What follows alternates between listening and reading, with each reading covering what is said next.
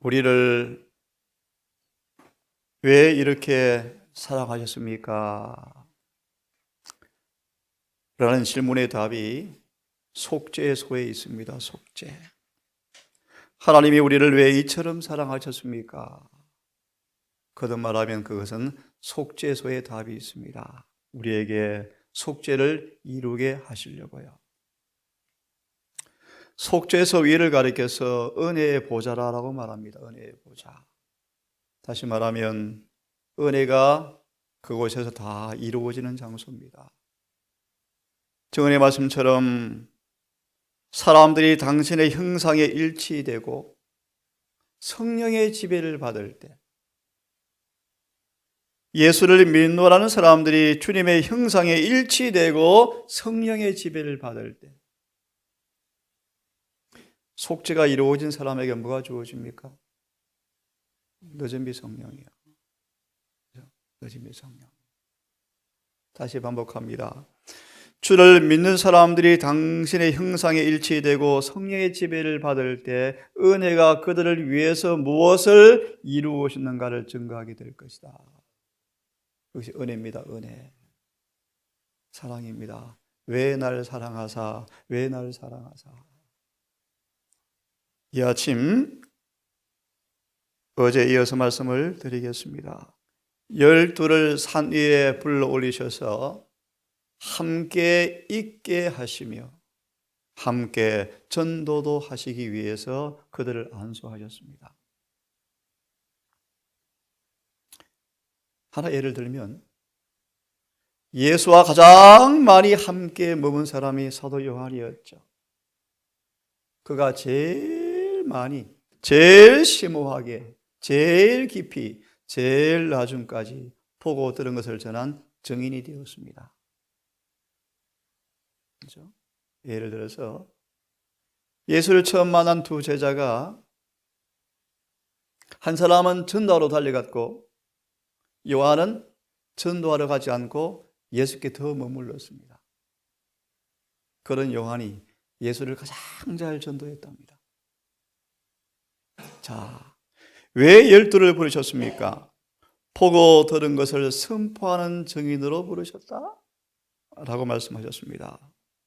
이 임무는 인류가 일찍이 부름받은 일 중에서 가장 중요한 일이었기에 예수님께서 가진 임무와 버금가는 일이었다.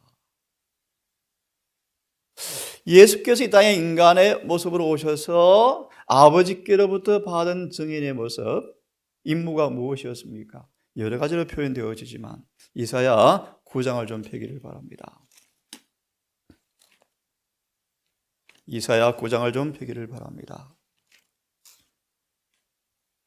12를 산 위에 불러 올리셔서 함께 있게 해서 보고 들은 바를 전도하려고 부르셨는데요.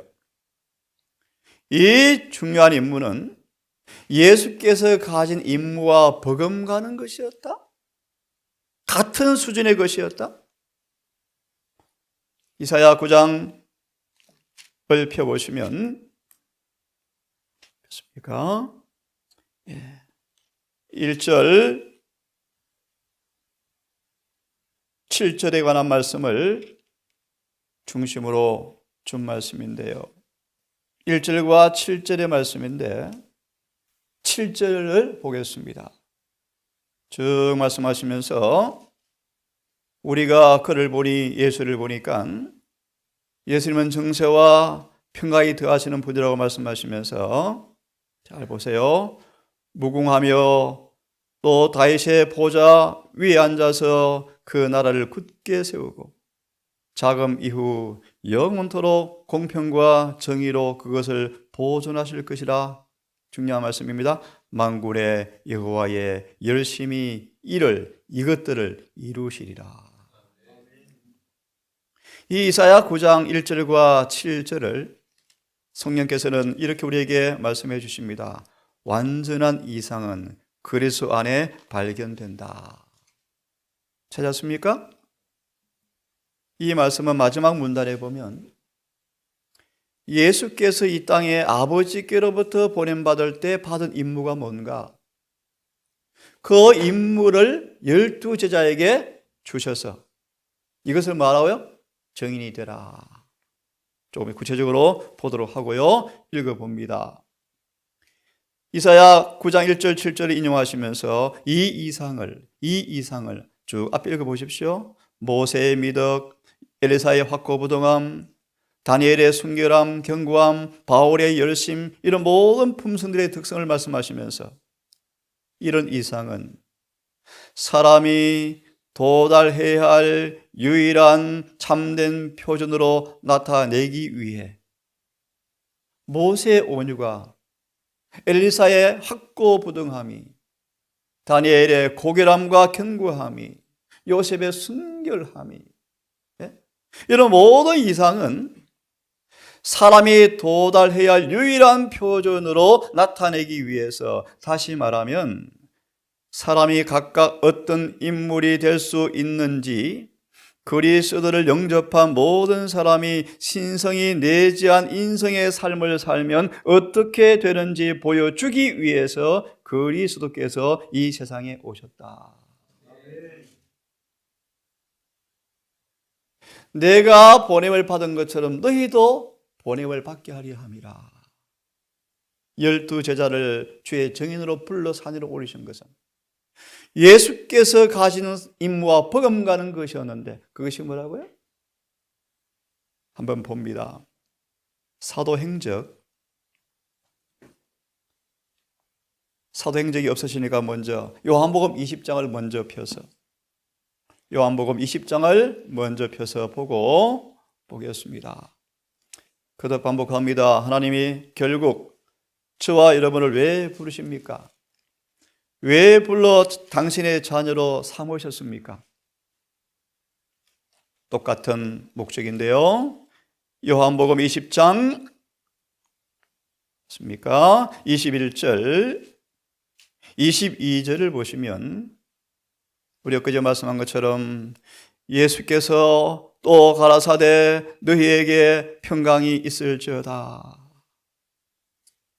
지금 11제자가 얼마나 초조, 불안, 두려워 떨고 있습니까? 다락방에.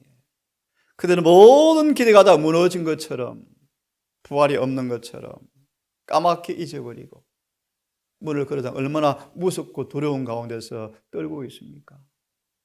세상 희망이 다 끊어져 버렸죠. 기대가 무너졌죠. 미래가 참담했죠. 그런 그들을 찾아와서 주님께서 말씀하십니다. 너에게 평강이 있을지어다. 아버지께서 나를 보내신 것 같이 나도 너희를 보내노라. 사도행전을 보면요, 이 부활한 구주를 만난 사람들이 죽음 앞에 두려움이 없었대요. 그렇게 기뻐했대요.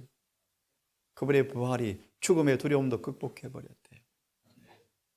평강이 있을지어다. 이 말씀을 읽기 위해서 폈습니다. 이 말씀을 하시고 저희를 향하사 숨을 내쉬며 가라사대, 엊그제 보았습니다. 성령을 받으라. 이 구절과 연결된 것이 사도행전 1장 9절이요. 오직 성령이 임하시면, 잘 들으세요. 오직 성령이 임하셔야만이 뭐가 되어집니까? 증인이 되리라. 어떤 증인요? 보고 들은 것을 전하는 증인이요. 예수께서 가진 임무와 버금가는 증인이 어떤 모습이요? 마음과 품성이 뜻이 하나님과 하나가 되어버린 모습으로 구주의 품성을 증가하는 것이 그들의 임무였는데, 한번 봅니다. 20장 21, 22절에 주석에 보시면 이런 제목이 있습니다. 오순절의 전조. 오순절 전조로. 오순절에 있을 것을 미리 주님께서 미리 말씀하시면서 뭘 받아라? 성령을 받아라. 언제 이들이 성령을 받았습니까? 오순절이었죠. 왜요? 그때 비로소 자아가 굴복됐죠. 그만큼 하기로 하고 주석을 좀 봅니다. 이 말씀이 한 문단으로 이루어졌는데요. 한 문단으로 다 읽지 않고요, 맞추는 부분이 역으로 여섯 번째 줄 위로 올라오면, 반대로 역순으로 여섯 번째 줄 뒤로 올라오면 이런 말씀이 있습니다. 그리스도의 흠이 없는 품성을 인간의 삶의 표준으로 사람들에게 제시하시는 것이 사도들의 성업, 거룩한 임무 일이었다. 12를 부르셔서 3년 반 함께 있고 함께 먹고 가르치시면서 이제 오순절에 성령이 임하면서 내보내시면서 정인이 되라고 말씀하시는데 어떤 정인요? 분명하죠. 분명하죠. 흠없는 예수의 품성을 예수를 믿는 사람들의 삶의 표준으로 제시하는 것이 그들의 사업이었다. 맞나요? 그래서 12를 불러 세우신 것입니다. 교회 크게 짓고 전도 많이 침례주라는 것이 아니고요, 여러분. 꽉 채우라는 것이 아니고요. 결국 주님 오실 때 익은 곡식을 추수하러 오실 터인데 마가사장은 익었다 말이 의미는 예수의 품성이 재현되었단 맛을 의미한다. 그렇게 말하지 않습니까? 한번 들어보세요. 성읍이었다. 제자들은 이 거룩하신 모범과 너무나도 친밀하게 사귀어왔기 때문에 욥기 20장 21절 너희는 하나님을 익숙히 알고 화목하라. 주님을 깊이 사귀어서 경험하지 아니하면 화목을 경험할 수가 없어요. 인간은 스스로 하나님과 화목을 만들어낼 수가 없기 때문이죠. 자, 친밀하게 사귀어왔기 때문에 이제 다음번에 공부합니다. 11제자 가운데 요한이 가장 친밀하였다. 그래서요, 요한에게 가장 깊은 진리를 공개해 주셨다. 특히 요한에게 요한계시록을 위탁했어요. 이것이 재림교인의 모델이에요. 모델. 하나님 말씀과 예수의 증거를 가진 사도 요한의 모습은 예수 재림 때 14만 4천을 대표해요. 비결은요, 예수님과 가장 오랫동안 친숙하게 사귀었어요. 시골 생활의 목적 가운데 하나가 무엇입니까? 그것입니다. 이 천년계 속에서 도시의 잡음과 소요가 없는 가운데서 정말 주님을 가장 잘 사귈 수 있는 곳이 시골 맞습니까? 이런 시골 생활을 통하여 그런 주님의 의도를 파악하시고 누리시기를 간절히 바랍니다. 마저 읽습니다. 너무나 친밀하게 사귀어왔기 때문에 정말 주님과 함께 머물면 진짜 머물렀는가? 아니면 마음은 딴 데 있었는가? 어떻게 드러납니까? 닮거든요. 그렇죠? 아직 이들이 정말 성령 충만을 받지는 못했지만 3년 반 주님과 너무나 친밀하게 사귀어 와서 성령 예언실을 보세요. 그들의 품성이 어느 정도 그분과 닮았다. 어느 정도 닮았다. 그래서요, 그분의 교훈과 모범을 세상에 알리는데 적합한 사람들이었다. 이제 이들을 마음이가 주님께서 오순절을 위해서 준비시켜 놓으시고 다음 공부합니다. 12에서 1명은 떨어져 나갔는데 그 자리를 꼭 채우신 다음에 12를 만든 다음에 성령을 주어서 초대교회를 만들어내버리죠. 하나님은 정말 그분의 뜻은 빈틈이 없습니다. 자, 한 말씀 더 보고 싶어요. 사도행적 36페이지를 보시면 마지막 문단의 말씀이요. 요한복음 20장 21절 22절과 연결되어서 오순절의 현장을 보여주고 있습니다. 제자들은 약속을 기다리면서 뭐죠? 성령을 주실 거예요. 성령을 준단 말의 의미를 여러분 아시죠? 아버지여, 이들도 나와 함께 있게 해주십시오. 당신의 공의가 충족되었거든 이들도 나와 함께 있게 해주십시오. 예수님이 이루신 완전의 구속을 통하여 죄인들을 충분히 구원할 속죄의 희생이 완전히 충족되었고 그가 이제 사람들을 완전히 구원하기 위한 대제사장으로 승취할 수 있는 자격이 다 이루어졌다 라는 하나님의 사인으로 12제자 하나님의 사도들에게 성령이 부어지면서 그 일이 동일하게 이루어져 버렸어요. 마음과 뜻과 품성이 주님과 하나가 되어버렸죠. 그들은 마귀를 밟아 눌러 이겨버렸죠. 뱀과 정갈이 그들을 물 수가 없었죠. 열한 제자 죽는 거 보세요.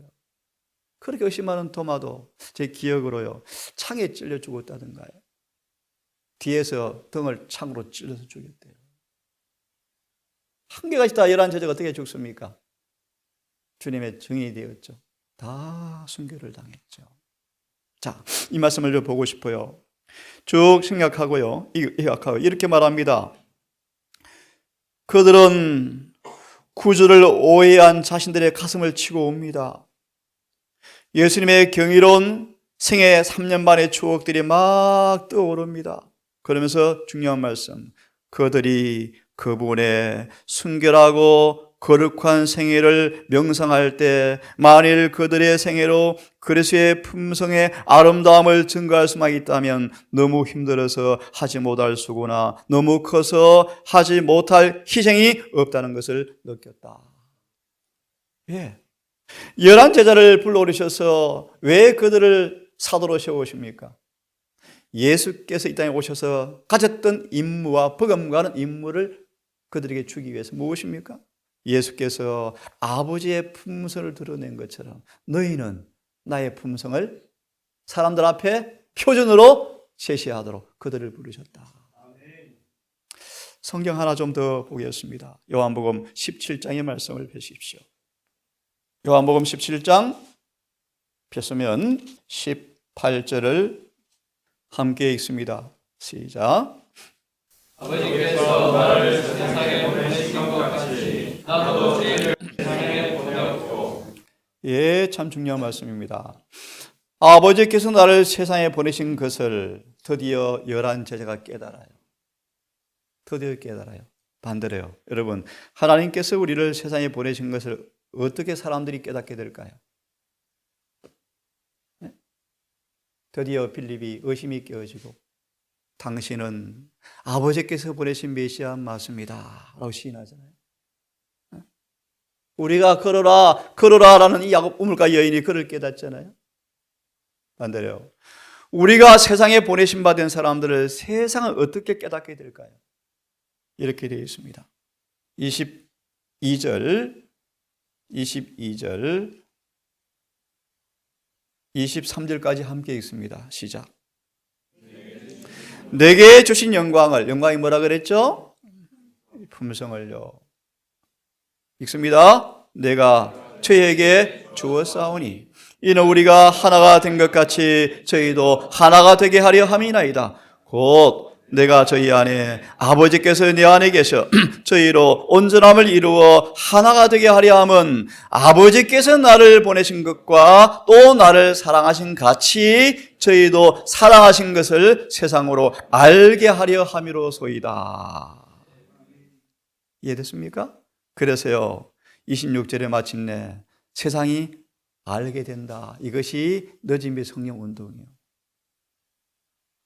여호와를 아는 지식이 온 땅에 마하라 가득하더라라는 말씀이에요. 가득하더라. 14만 4천 모습을 통하여 예수님이 저런 분이시네라는 지식이 온 땅을 덮는 게 큰 소리 외침 늦은비 성령 운동이에요. 좀 이해되셨죠? 자, 그러면 조금 더 우리 공부를 좀 합시다. 자, 그런데 아시는 것처럼 이 11제자를 부르실 때 여러분 어떤 모습이었습니까? 거의 다 불완전했죠. 예수님은 그들의 품성을 훤히 아셨다. 의심 많은 도마, 믿기 더디하는 빌립, 충돌적인 베드로, 급한 성미 요한, 전부 다 결함투성이었죠. 마가복음 3장을 펴시기를 바랍니다. 마가복음 3장 폈습니까? 13절부터 19절까지. 또 산에 오르사, 이도 기가 막힌 말씀입니다. 자기의 원하는 자들을 부르시니. 11제자는 다 주님께서 원해서 부른 사람이었고요. 19절은 유다는 안 불렀는데 끼어들었습니다. 그렇죠? 유다는 예수를 판자라. 그 앞에 여러 말씀이 있는데요. 여러 말씀 16절. 시몬에게는 베드로라는 이름을 더하셨고, 무슨 말이요? 베드로 너 까불지 마. 너무 과신하지 마. 자신만만하지 마. 너는 뭐다? 떼굴떼굴 굴러다니는 조약돌에 불과해라는 뜻입니다. 조약돌. 이거 뭐요? 베드로 뜻이 뭐라고요? 조약돌 뜻이 조약돌. 베드로의 어떤 특성이 있죠? 자신만만이 베드로의 특성이었어요. 과신. 이들은 다 버릴지라도 나는 주를 절대 안 버릴 텐데 왜 나를 못 믿으십니까? 베드로는 뭐요? 그래서 예레미야 읽어보시면 기가 막혀요. 베드로는 사단에게 직접 얼굴을 맞대고 마귀야 한번 싸워볼래? 했던 사람이었다. 그런데 한 번 맞고 입에 거품을 품고 예수를 저주했죠. 다시 말하면 베드로야 너 잊지 마. 너는 뭐야? 베드로야. 베드로 무슨 뜻이요? 쪼약 떼굴떼굴 굴러다니는 조약들에 불과해. 반석이 돌이 아니에요. 돌이. 우리 연약합니까? 예를 들어서요. 오순절 이후에 베드로의 외식과 바울의 다툼이 기록되어 있어요. 성령을 받았던 베드로마저 유대인들이 자꾸 출교시키려고 그러고 왕따시키려고 그러니까 외식하는 죄를 범하거든요. 바울이 바나바와 다투거든요. 성질내에 다투는 건 아니에요. 아니 세상으로 떠나갔던 요한을 다시 받아들일까 말까에 대해서 생각을 달리 했잖아요. 결론요. 왜 성경에 그것이 기록되어 있는가? 아무리 강한 자도 흔들려 넘어질 수 있다. 이 교훈이에요. 그래서 너는 이름이 뭐라? 베드로. 주님은 12제자를 다 하셨어요? 유다가요. 잘생긴 훤칠한 키를 가진, 키가 훤칠했답니다. 훤칠이요. 잘생겼대요. 유다가 제자로 끼어들 11제자는요. 우리 전부 학벌이 없는데, 훌륭한 사람 왔다. 그랬잖아요. 예수님은 그를 뭐로 표현합니까? 한 사람은 마귀라. 그래서 유다에 대해서 가장 많은 내용이 이곳에 할애가 되어 있습니다. 한번 교훈을 배워볼 것입니다. 여하튼요, 12제자를 부르셨어요. 그죠? 자, 이 구절에 주석을 펴보시면요. 주석을 펴보시면 3장 13절 19절에 12를 세우심이라 라는 말씀에 넘어가서 마지막 제목, 습관과 성격이 매우 상이한 12제자 있죠? 예, 이걸 다 여러분 개인적으로 읽어보십시오. 읽어보시고요. 예를 하나 들면요. 중간에 악한 성질, 복수심, 비평 가득한 사람이 누구였습니까? 예, 자존심 세고요. 자, 여하튼요. 생략하고 그 다음 문단을 보고 싶어요. 예수께서 당신의 제자들을 견책하고 경고하고 주의를 주셨지만 요한과 그의 형제들은 맨날 채찍질하고 주님께서 마음을 흡입하고 죄를 덜추고 죄책감을 주고 마음을 찌르고 수술하고 그래도 안 떠났더라. 안 떠났더라. 라고 말씀하시면서 그럼에도 불구하고 예수님을 선택하였다. 왜 날 사랑하십니까? 그렇게 사랑하시면 그렇게요. 죄를 덮어주는 사랑이 아니에요, 여러분. 예. 구주께서 그들의 연약함과 실수 때문에 그들로부터 돌아서지 않으셨다.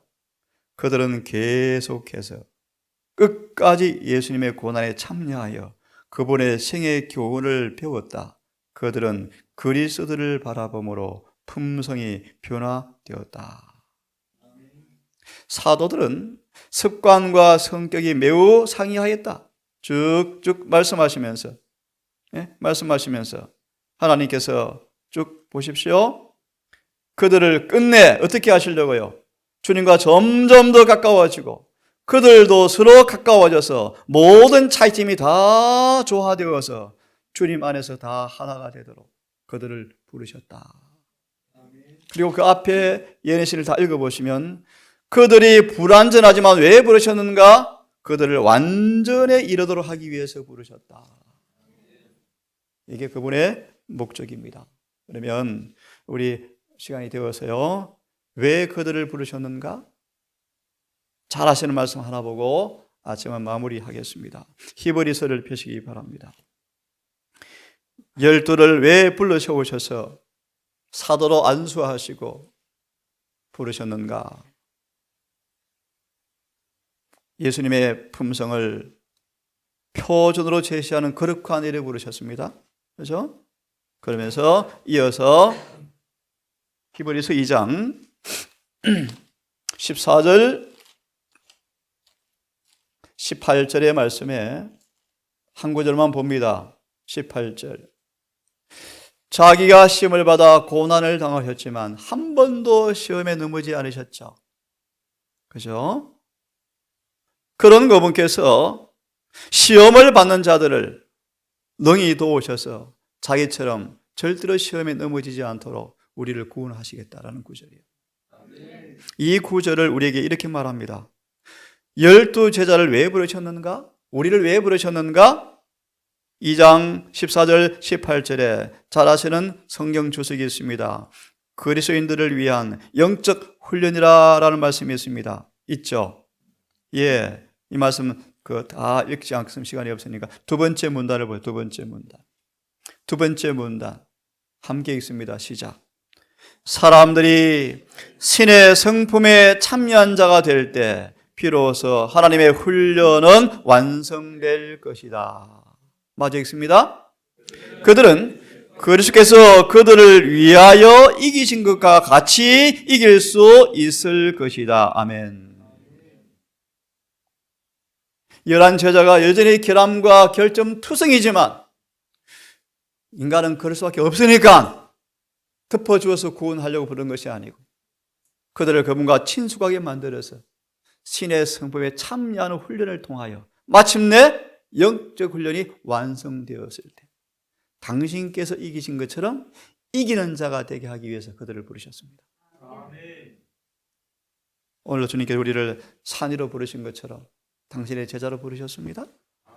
오늘도 시간마다 순간마다 주님 곁에 머무르시고 기도로 묵상으로 찬송으로 말씀으로 서로 교제를 통해서 주님과 사귀셔서 우리를 내보내시기 위해 성령을 그렇게 주기 원하실 때 마지막 큰 소리 외침을 통하여 온 땅에 나에게 행한 그분을 와서 보라 라는 큰 소리 외침에 아름다운 모습으로 주의 군사가 되어서 크게 주의 사업에 참여하시는 모두가 되기를 간절히 바랍니다. 아버지, 눈을 현혹시키지도 않고 황홀시키지도 않고 어둡던 이 대지 위에 동쪽 하늘의 태양이 아침빛까지 서서히 떠올라 차츰차츰 원만한 정오의 광명에 이르는 것처럼 우리 주님을 아는 지식이 단계적으로 점점 더 깊어지고 넓어져서 정오의 태양처럼 어둠이 조금도 없는 태양처럼 우리 마음의 성소가 그렇게 빛으로 가득 차기를 원합니다.